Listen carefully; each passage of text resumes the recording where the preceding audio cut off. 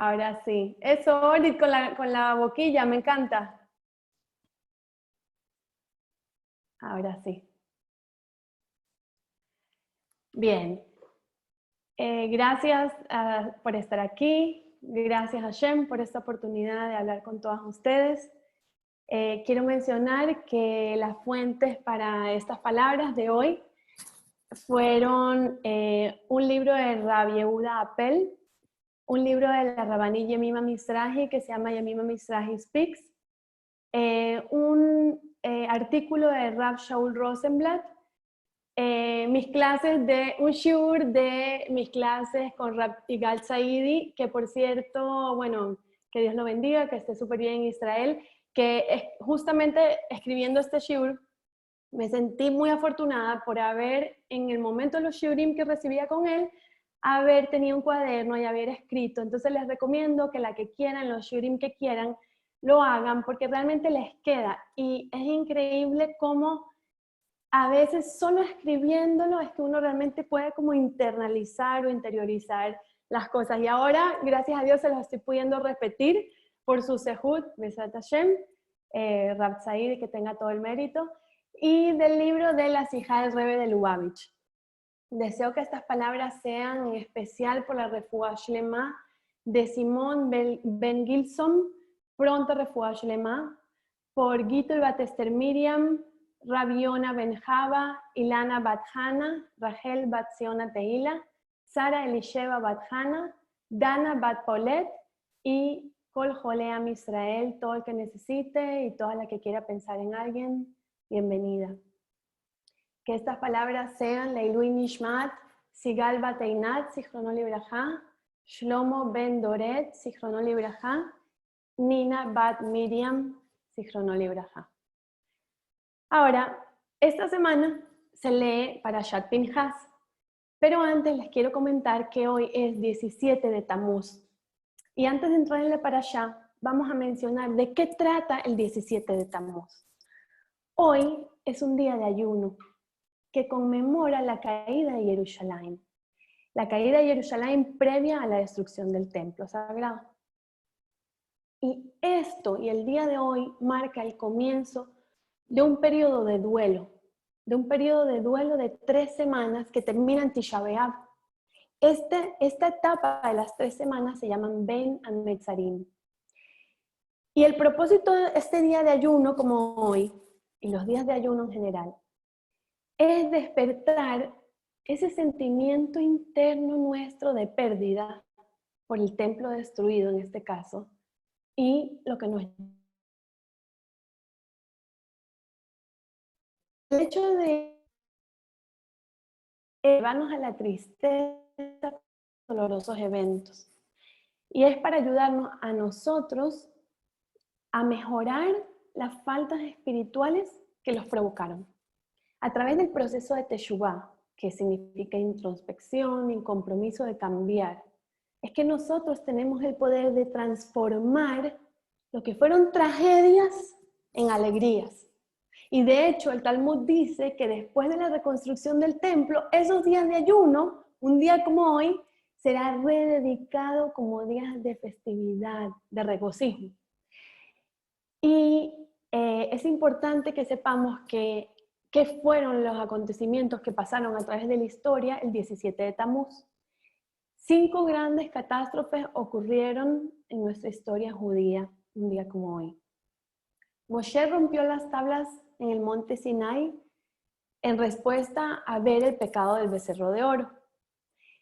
También durante el sitio de Jerusalén, en el primer templo, las ofrendas diarias, que era lo que hacían los Kohanim, fueron suspendidas un día como hoy. Las paredes de Jerusalén fueron traspasadas previo a que se destruyó el templo. Otra cosa que pasó es que el general romano Apóstamos quemó un rollo de la Torá, sentando para esto un precedente para los horribles quemas de libros judíos a través de los siglos. Y el último acontecimiento que se menciona es que una imagen idólatra fue ubicada en el templo sagrado, lo que es un acto de profanación. Si Dios quiere, deseo que pronto tengamos un día como hoy, ya lo tengamos como alegría y como regocijo. Ahora entremos a hablar de Parashat Pinhas. En la Parashá de esta semana, uno de los temas que Moshe explican son las leyes de la herencia y la relación de la herencia a la futura repartición de la tierra de Israel.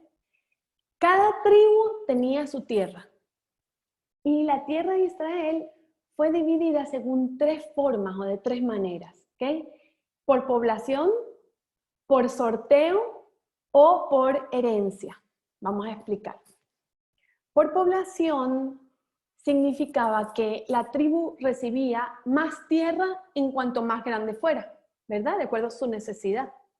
Por sorteo es que el cual determinaba, se hacía un sorteo para determinar qué área recibía cada tribu, pero no necesariamente era por la lógica.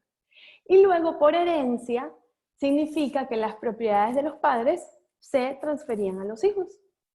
Ahora, lo bonito de todo esto es que estos tres métodos de división reflejan las distintas facetas de nuestra relación con Hashem.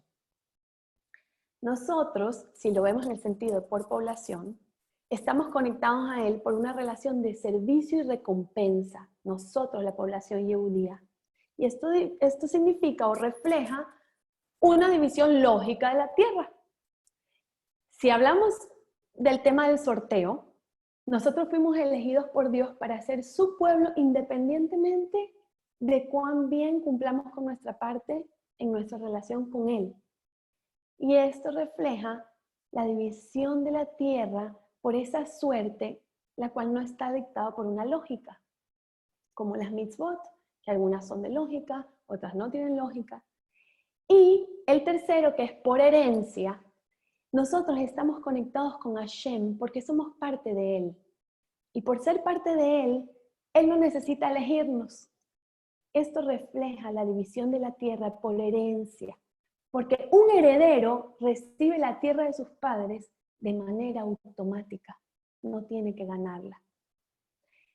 Y si es verdad que estas tres facetas de nuestra relación con Hashem son todas importantes, nos dicen que en el futuro, cuando llegue Mashiach, nuestra relación de herencia será la de orden superior.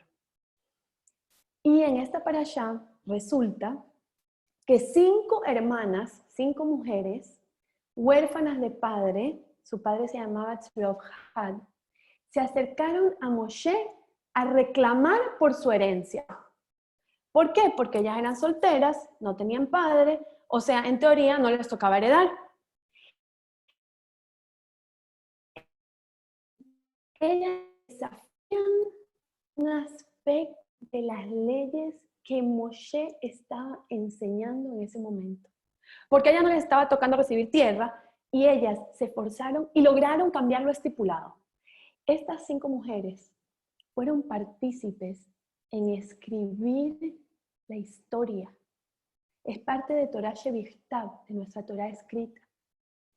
Y ahí, al Moshe darles cabida, también Moshe muestra su humildad, que él no lo sabía todo, y permitió que ellas participaran en esto porque estaban en lo correcto. Antes de mencionar todo el tema, quiero decirles algo muy lindo, que es que Hashem le dice a Moshe, no vas a heredar a tus hijos, sino que vas a transferir a tus hijos. Y con esto, lo que está Moshe es empoderándonos a nosotros. Porque lo que le está diciendo Hashem a Moshe es, aunque tú te mueras, porque estás pronto a morir, transferirás tu Neshama a Am Israel para que se quede tu Neshama entre ellos, en Am Israel. En Parashat Pinhas, las mujeres encontramos excelentes modelos a seguir. ¿De qué? De emuná, de fe. Y ellas son las hijas de Tzlofhad. Sus nombres fueron Malja, Noa, Hagla, Milca y Tirza. Y Hashem nos habla no solo de la historia de ellas, sino que nos da sus nombres, 5 mujeres Y lo dice 3 veces en la Torá. Y eso fue especialmente para decirnos quiénes son ellas, quiénes fueron ellas. Ellas demandaron el caso para reclamar tierra. ¿Y Moshe qué hizo? Moshe elevó el juicio al Din Shamaim, porque Moshe no sabía cómo proceder la halajá en este caso. Y que te enjuicie Hashem en el cielo es algo muy fuerte. ¿Qué pasaba? Que las tierras de una tribu no podían transferirse a otras tribus. Y Hashem les dice a ellas, está bien, después del juicio, ustedes tienen razón, pero ustedes tienen que casarse con sus primos, los de la misma tribu. Ya va. Pero nadie puede forzar a una mujer a casarse con alguien que no quiere. Entonces, ¿cómo les dice Hashem que se tienen que casar con sus primos? Eso es obligarlas, ¿no? Bueno, ahí entra en juego la grandeza de las hijas de Tzlofhad y el gran mensaje por el que la Torah las menciona tanto. Ellas interiorizaron este concepto.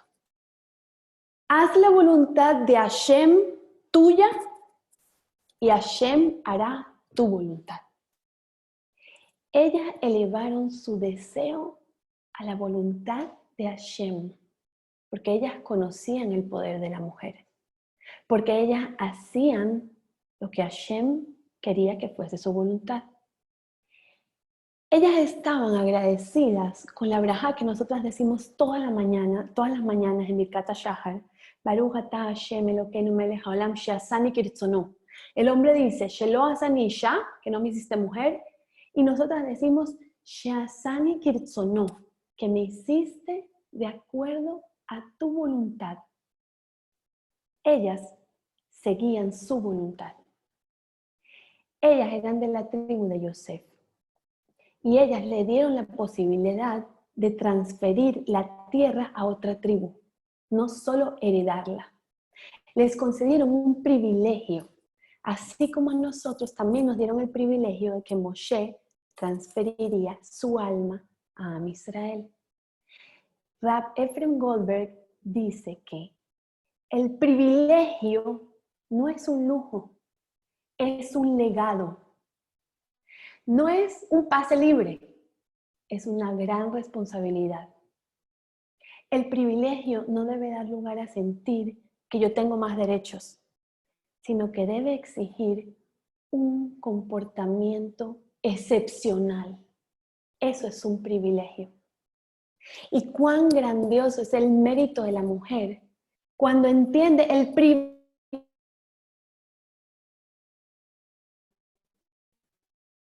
y se esfuerza por ese comportamiento excepcional cuando busca revelar la verdad de lo que ella es.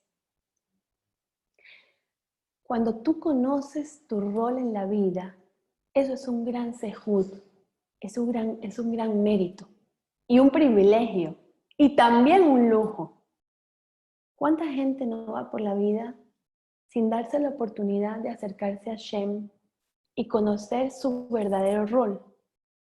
De conocer el legado por el cual debería vivir. El trabajo de la voluntad, esa voluntad que Hashem quiere que tengamos, significa hacer cambios. Algún refinamiento debe ocurrir para acercarnos a esos privilegios y a esas responsabilidades.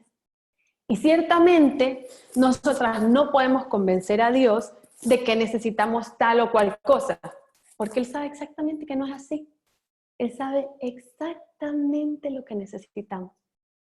Sin embargo, sí podemos cambiarnos a nosotros mismos, cambiar nuestra razón, nuestra voluntad, comprendiendo cuáles son nuestros privilegios y valorando nuestro legado, ese legado por el cual lucharon las hijas de Tzlofhad.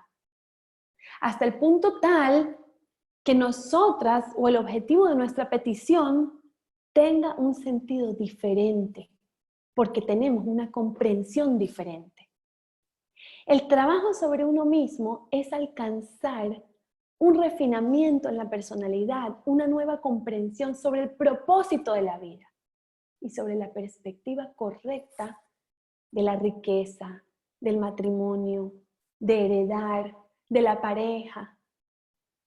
Y tener claridad de esto podría conducir a una situación donde ese regalo que estamos pidiendo a Hashem ahora podría ser bueno para la persona, porque ahora eres meritorio de obtenerlo, como lo hicieron las hijas de Tzlophat. En otras palabras, uno puede cambiar el bien que se espera recibir por medio del cambio de uno mismo. Mucho más que la abundancia que una persona desea, en realidad Hashem desea brindársela. ¿Y cómo es posible atraer esa abundancia? A través de nuestro enfoque y nuestras palabras del alma. Y las hijas de Tzlophat hicieron, con el permiso de los hombres, si hay alguien presente, lo que los hombres no hubieran podido hacer. Ellas hicieron el tikkun por el error de los espías. Ellas dijeron, danos parte en la tierra de Israel, en Eretz Israel. Ellas querían ser ellas mismas, más nadie, sino ellas mismas. Y eso es lo que la Torah nos quiere reforzar. Sé lo que tú eres, no lo que no eres. Pregúntate, ¿qué quiere Hashem de mí? ¿Qué quiere Hashem que yo haga? ¿Qué es lo que yo soy? Deja de un lado ese egocentrismo y busca qué es lo que Hashem quiere de ti. Y eso no significa vivir opacado, pasivo, sin aspiraciones propias, sin tener voluntad propia. Al contrario, nuestra Torá trata de pasión y llevó a las hijas de Tzlophat a vivir apasionadamente. Uno debe apasionadamente querer lo que Hashem quiere. Que sea una madre inspirada, que sea una madre, una esposa apasionada, una líder comunitaria que luche por la justicia y que luche por lo que corresponde a cada uno, que me desarrolle en las áreas donde yo soy buena. Ahí puedo conquistar el mundo haciendo lo mejor que hago. Y eso se adquiere como un regalo en el momento en que uno lo pide. Es rendirle a Hashem una voluntad y al mismo tiempo construir esa voluntad, como Hashem me lo recomienda. Se fue la luz, un minuto, ya va.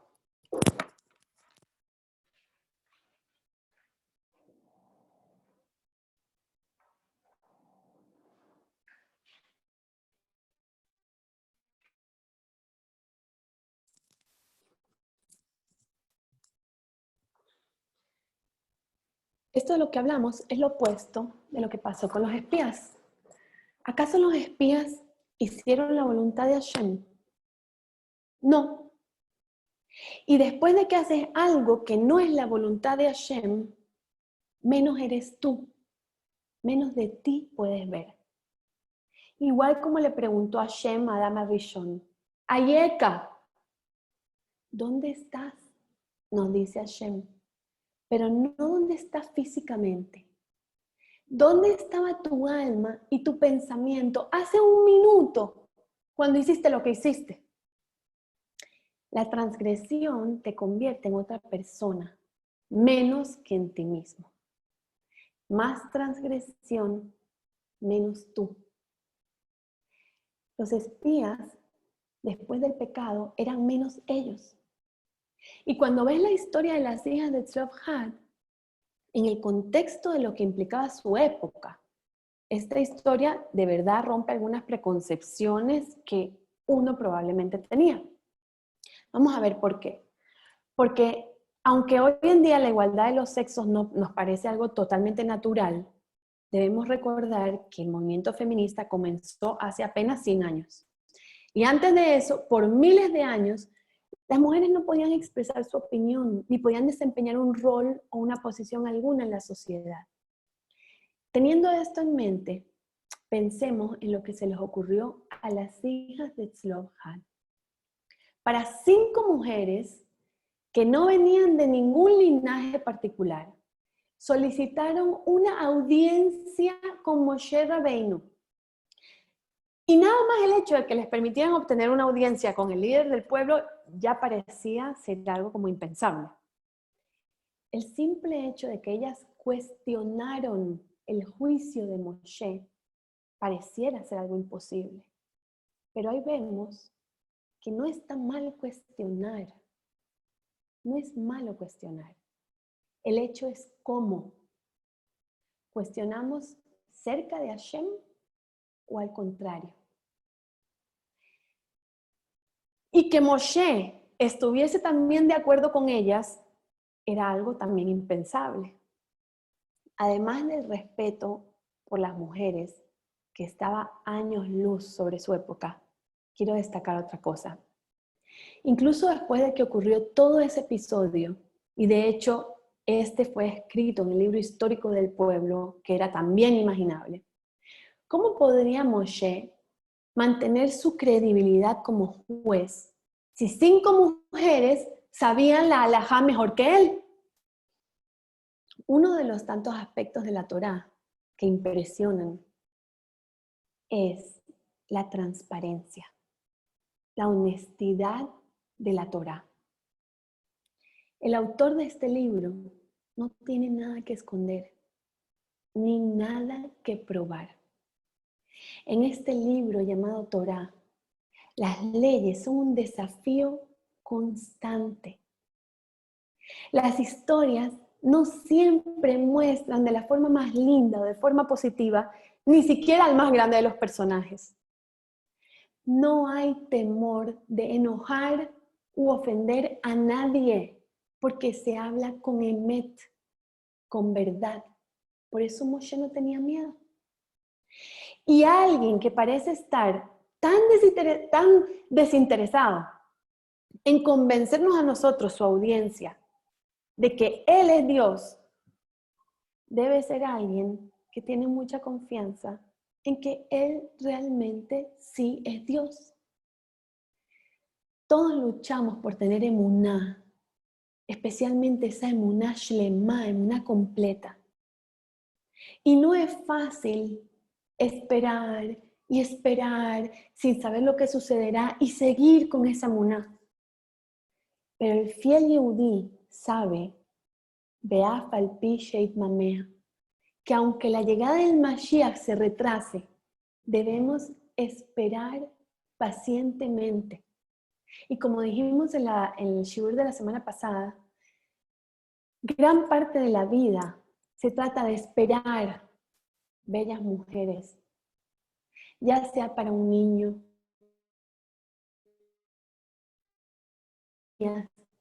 o para tu alma gemela. Pero esa espera con anhelo positivo y con paciencia, con fe de que las cosas sí sucederán, suceden solo porque tienes la fe que así será. Ahora quiero cambiarles un poquito el enfoque y quiero que enfoquemos esta historia desde la perspectiva de un shidduch, como si estuviéramos frente a una casamentera, a un matchmaker. Hablemos de estas 5 mujeres fuertes, las 5 hijas de Tzlobhad.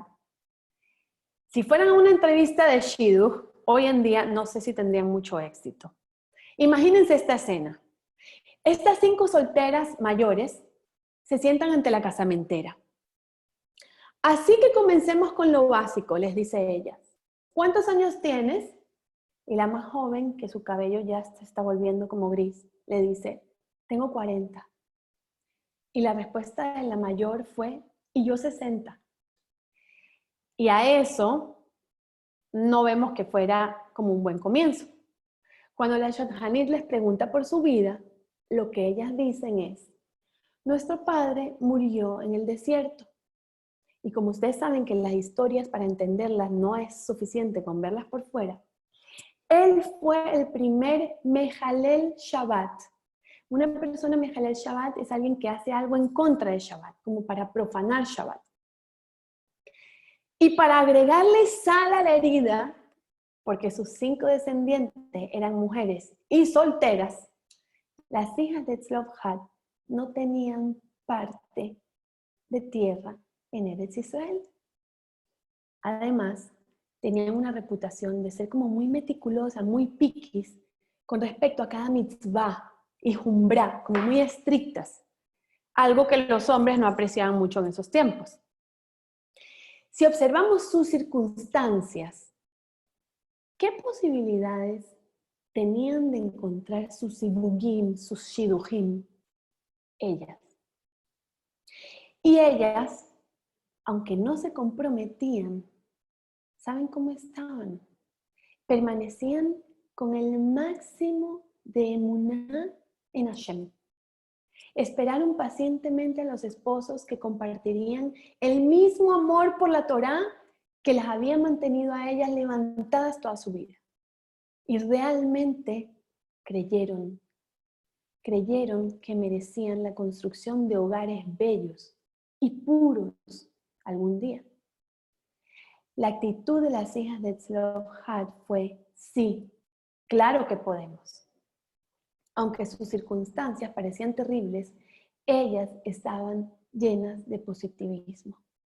Y dice el Midrash que su creencia y su emuná fue lo que las mantuvo fuertes y en marcha, porque ellas anteponían la voluntad de Dios ante la suya. Ellas hicieron la voluntad de Hashem su voluntad, y Dios hizo la voluntad de ellas, la de Él. Como siempre decían, Tov Hashem lakol, Hashem es bueno para todos. Las hijas de Tzlofhad, dice el Midrash, también fueron heroicas en otros aspectos. Tzlofhad era en realidad un hombre piadoso y su intención al profanar Shabbat era justa, porque él, hay varias opiniones, pero una de las opiniones es que era para mostrarle al resto de la nación cuán severo sería el castigo de no cuidar Shabbat. Él no merecía ser castigado por sus acciones, porque sus motivos eran puros. Por lo tanto, sus hijas, ¿qué hicieron? Ellas se embarcaron en una misión para limpiar el nombre de su padre, para pulir su reputación. Y a veces es difícil para una mujer soltera que ya es adulta y que vive con sus padres, mostrarles a ellos el honor y el respeto que realmente exige la Torá. Pero la Rabbanit Yemima Mizrahi cuenta que ella, con todas las muchachas, todas las jóvenes, todas las mujeres que se le acercan, ella ha sido testigo una y otra vez que cuando una mujer soltera toma sobre sí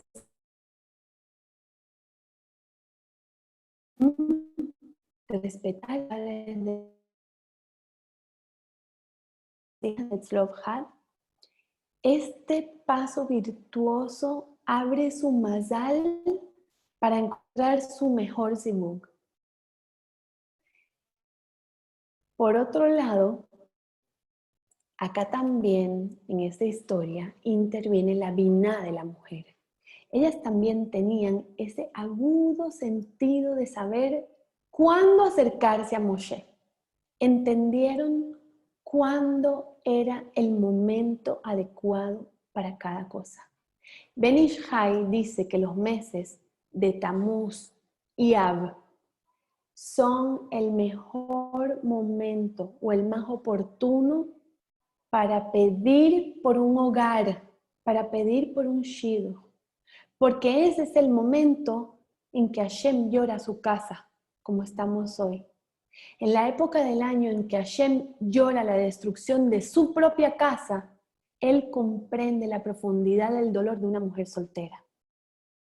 A menudo, las mujeres que esperan, como las hijas de Tzlofhad, se le acercan a la Rabbanit Yemima y le dicen: pero Rabbanit, hay una tefilá para todo, para cada tipo de prueba, para cada tipo de nisayón, pero no hay una tefilá para alguien como yo.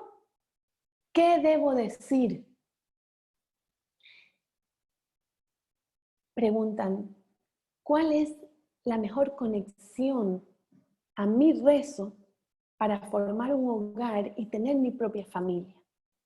Y la Rabanit les contesta, ¿sabes cuál es la mejor tefilá que debes hacer?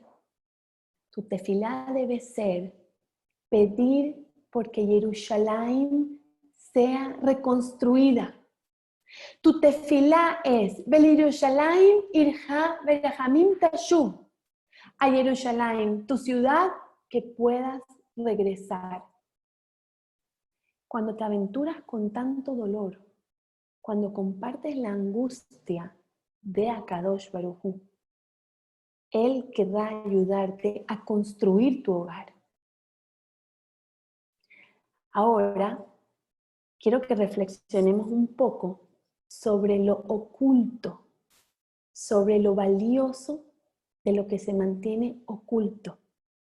Y en el libro que lo leí decía muy bonito, sobre cubrir hasta descubrir.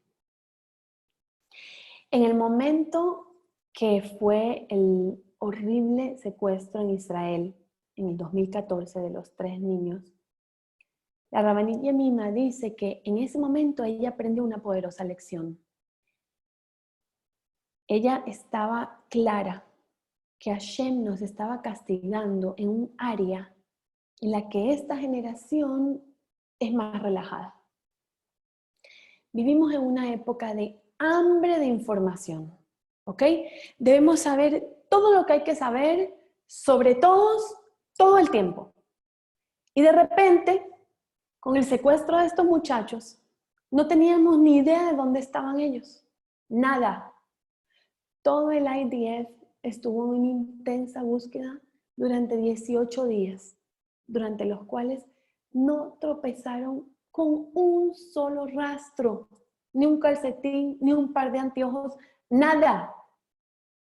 Y para sorpresa de todos, ninguna organización se responsabilizó por este horrible acto.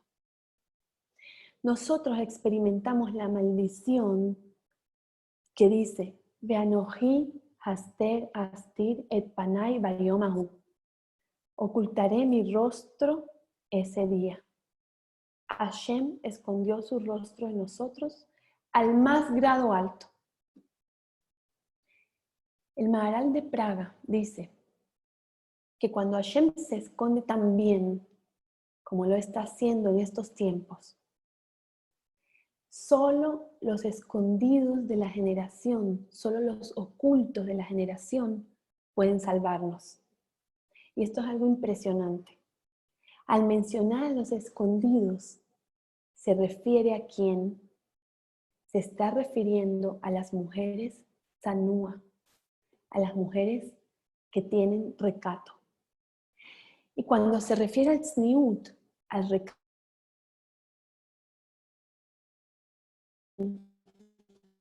a ese comienzo sobre las prioridades de la mujer.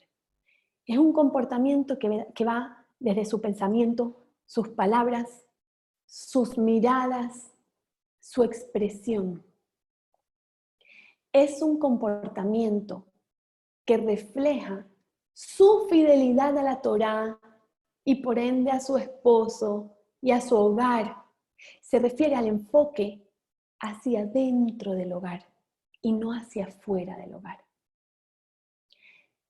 Y una virtud que caracteriza a las hijas de Tzlofhad es su inquebrantable irat shamayim, ese temor a Hashem cuando se aferraron firmemente a los principios de la Torá y a su tzniut, que es mencionado, y a su recato.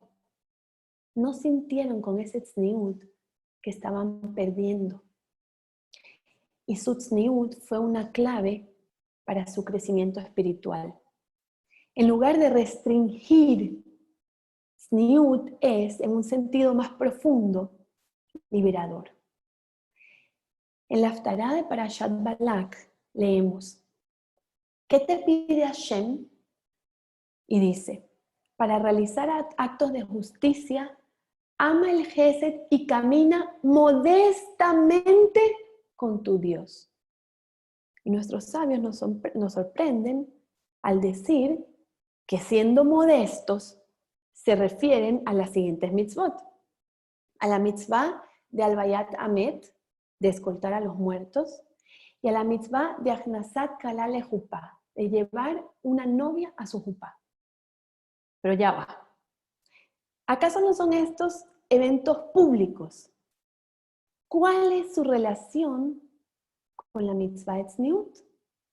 ¿Cuál es esa relación con la mitzvah que nos obliga a ser modestos y a estar fuera del centro de atención? Explica Rabbi Shlomo Wolbe, Zichrono Libraja, que precisamente en un evento público es donde se encuentra la verdadera prueba de tzniut, de recato. ¿Acaso puedes, en ocasiones públicas, cuando quieres verte lo mejor posible, permanecer tzanúa y esforzarte por verte bien y tzanúa? Sí, debemos vernos hermosas por fuera con un hermoso contenido interior. Y si hay santidad interna, la belleza de afuera no va a distraer que se perciba esa santidad. Esa belleza con recato, con tzniut, como quiere Hashem. Cuando tu hija, cuando tu mejor amiga se va a casar o cuando tu hermana se va a casar, quieres verte especialmente bella y te mueres por ponerte ese vestido sin hacerle ningún cambio a esa espalda descotada. ¿Y cuáles son tus prioridades?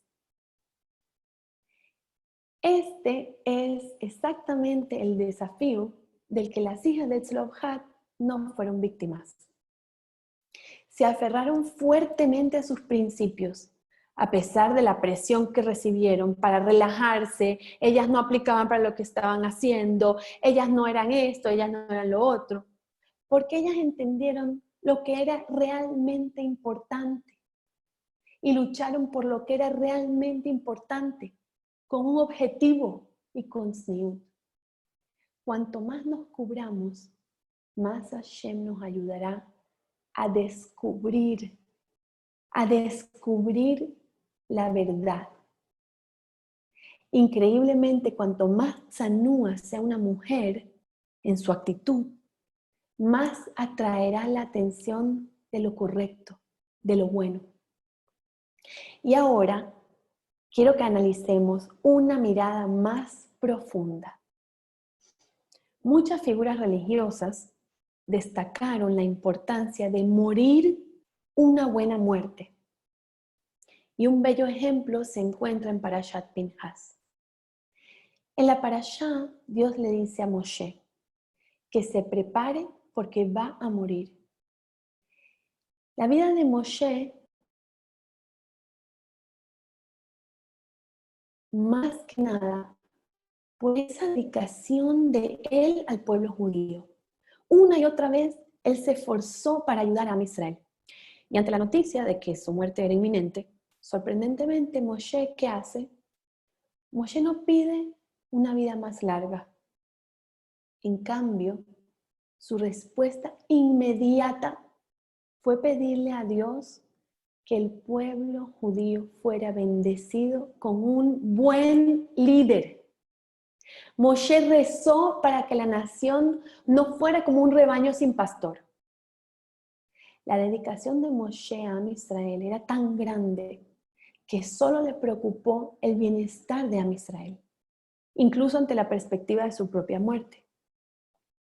Y los comentaristas señalan una forma muy inusual para la Torá en que Moshe se dirigió a Dios.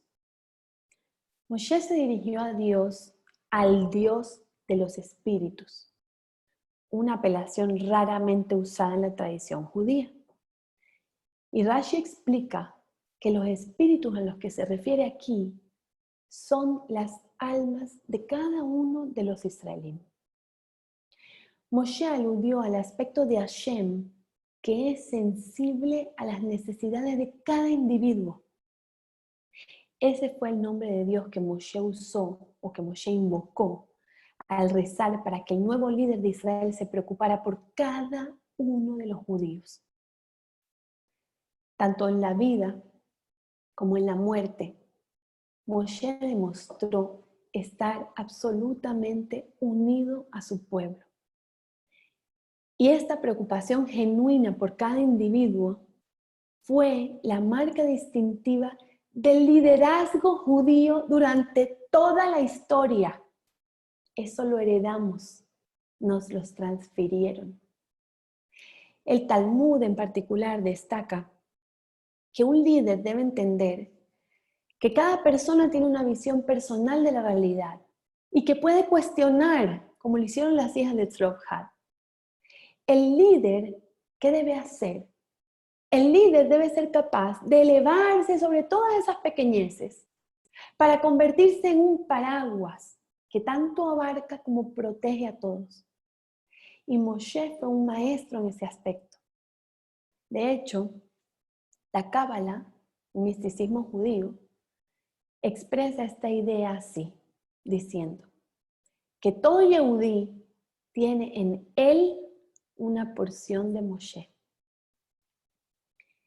El Shla, que es un gran místico, fue un gran místico, explica que solamente el Mashiach igualará a Moshe en su entendimiento y en su compasión por cada uno de los Yehudim. Y ojalá que tengamos, Besat Hashem, el mérito de este liderazgo muy pronto en nuestros días. Y hablando de lo que es nuestra impresión a primera vista, vamos a comentar que en Parashat Pinhas, Hashem le instruye a Moshe Rabbeinu para ascender al monte Abarim y le dice, Ure et haaretz veraita ota, y ve la tierra y la verás. Y al comentar sobre este versículo, el Or HaHaim pregunta, ¿por qué Hashem usó una doble expresión de la vista?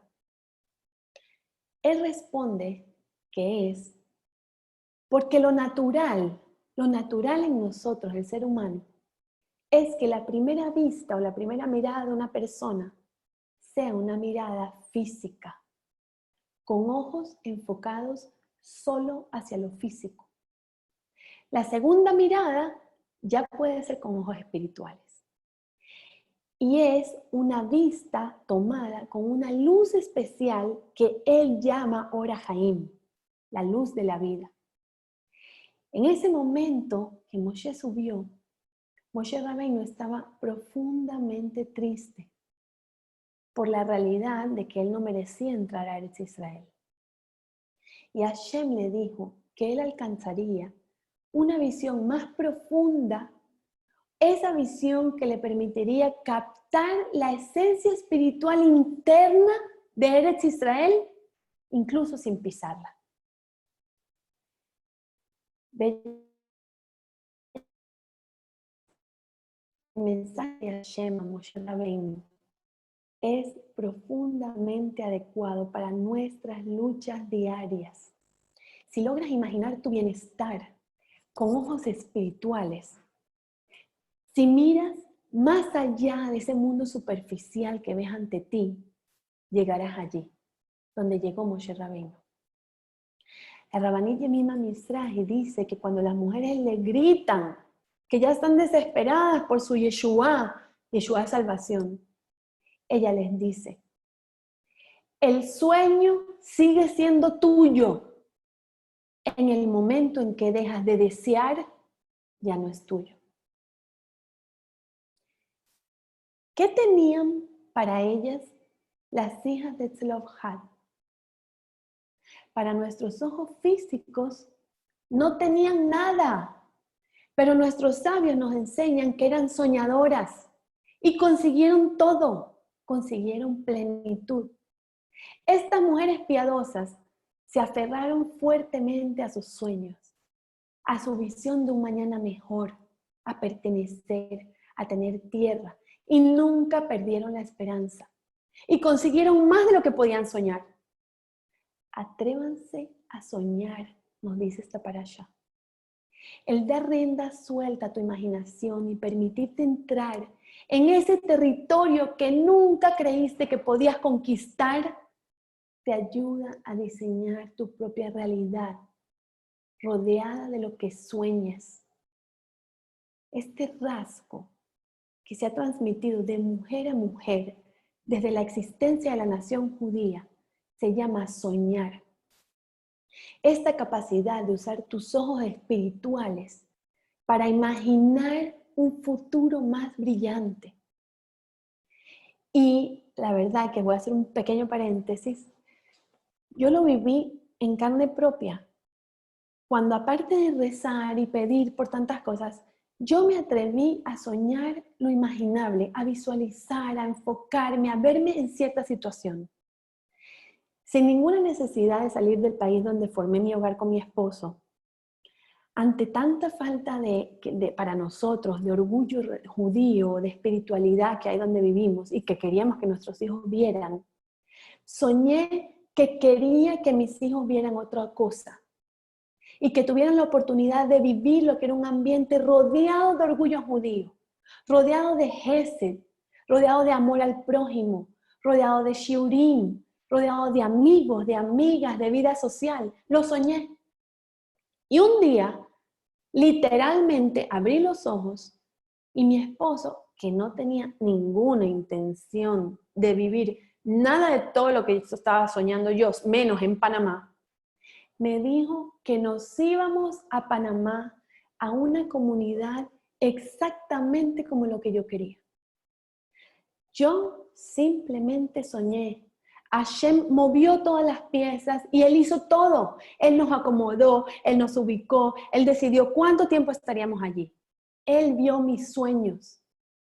Fueron más que rezos. Y gracias a Hashem por su decisión también actual de estar donde estamos, y de verdad, de corazón, lo tengo que confesar, incluso en contra de mi voluntad. Yo me estoy trabajando para hacer su voluntad, mi voluntad. Que no es nada fácil, no. Pero sé que es lo mejor para mí porque tengo emuná en que Él lo hizo. Sigamos el ejemplo de las hijas de Tzlophat y comencemos a soñar hoy, porque puedes ser la escritora de tu herencia. Y ya para terminar, les quiero compartir esta enseñanza. El Rebbe de Lubavitch enfatiza la gran responsabilidad de cada uno de nosotros en pos de defender esa integridad espiritual de todo Yehudí de nuestra generación. Y dice que si se presenta una situación en la que uno puede intervenir, se debe actuar. La Parashat Pinhas relata ese lamentable percance de Zimbri, que Zimbri era el líder de la tribu de Shimón, y él cayó presa de lo que fue la tentación, y él cohabitó con una princesa de Midian.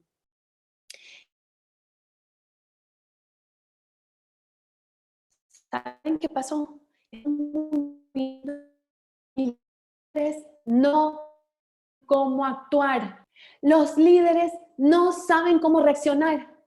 Y a pesar que en el lugar de los hechos estaban presentes Moshe, Elazar, que era un nieto de Aarón, y estaban todos los ancianos. En definitiva, fue Pinhas, uno de los nietos de Aarón, el más joven de todos los presentes, quien tuvo que tomar la iniciativa. Esto fue así. Este fue el joven que se alzó y declaró que el caso de Zimbri se enmarca en un dictamen halágico y lo que estaba pasando no podía dejar pasar. Y él dijo, está escrito, los celosos de la voluntad de Dios deben ejecutarlo. Entonces, Pinhas tomó inmediatamente su lanza y mató a Zimbri, también mató a la mujer midianita. La enseñanza de este episodio es que cuando hay cuestiones sobre las cuales los líderes de la generación guardan silencio y no opinan al respecto, pero silencio no siempre es evidencia de que nada debe hacerse. Entonces la persona debe saber que cuando tiene la posibilidad de actuar, tiene el deber de hacerlo. Y a veces el hecho que personas más grandes que uno no digan nada al respecto es tal vez para que Pinhas tome el sacerdocio. O sea, uno debe saber que está frente a una situación que a él le corresponde refinar, actuar o elevar. De cada Yehudí se demanda ser activo. Y hay mitzvot y temas de la Torá que dependen exclusivamente de uno, algo que solo uno debe hacer. A cada uno se le demanda no depender de las acciones del otro, no esperar a ver qué van a hacer los demás, sino actuar ante cada situación que se le presente, que le mandan frente a sus ojos y no por casualidad, y se preguntarán, sí, pero ¿acaso yo tengo fuerzas para todo? ¿De dónde se obtienen las fuerzas para mantener una actitud así y agarrar la lanza y actuar? A veces creemos que pasan frente a nosotros cosas que no podemos superar y cosas que no somos capaces de llevar. Pero es Hashem que pone a la persona frente a un escenario y requiere algo que se llama Mesirut Nefesh. Mesirut Nefesh es esa entrega incondicional, sin restricciones y sin duda. Por lo tanto, ¿qué pasa? Al ponerte a Hashem en esa situación, Hashem le otorga las fuerzas necesarias para encarar la situación. Y hasta es posible que en esta persona se invista una chispa del alma de alguien que no pertenece a esta dimensión física, así como sucedió con Pinhas. Pinhas es Eliyahu. En Pinhas se encarnó el alma de quien era el ángel Eliyahu. La lección para los jóvenes de nuestra generación es que no deben hacer cálculos y conjeturas que fulano puede actuar o que mengano mejor va a intervenir. No, sino que deben tomar conciencia de que toda situación que llegue a sus manos para hacer algo en favor de la vida judía, de nuestra comunidad, de la Torá y de sus mitzvot, les concierne a ellos y constituye su parte en el mundo que a ellos les cabe refinar y elevar. Y de hecho, tienen las fuerzas para ello y deben hacerlo con Mesirut Nefesh, con abnegación. Y precisamente, hablando de abnegación, el Rebbe decía que Mesirut Nefesh, que es dar la vida abnegadamente, no significa subir al techo y lanzarse de... Mesirut Nefesh es ruido, ni tumulto, ya que Hashem no se encuentra donde hay conmoción.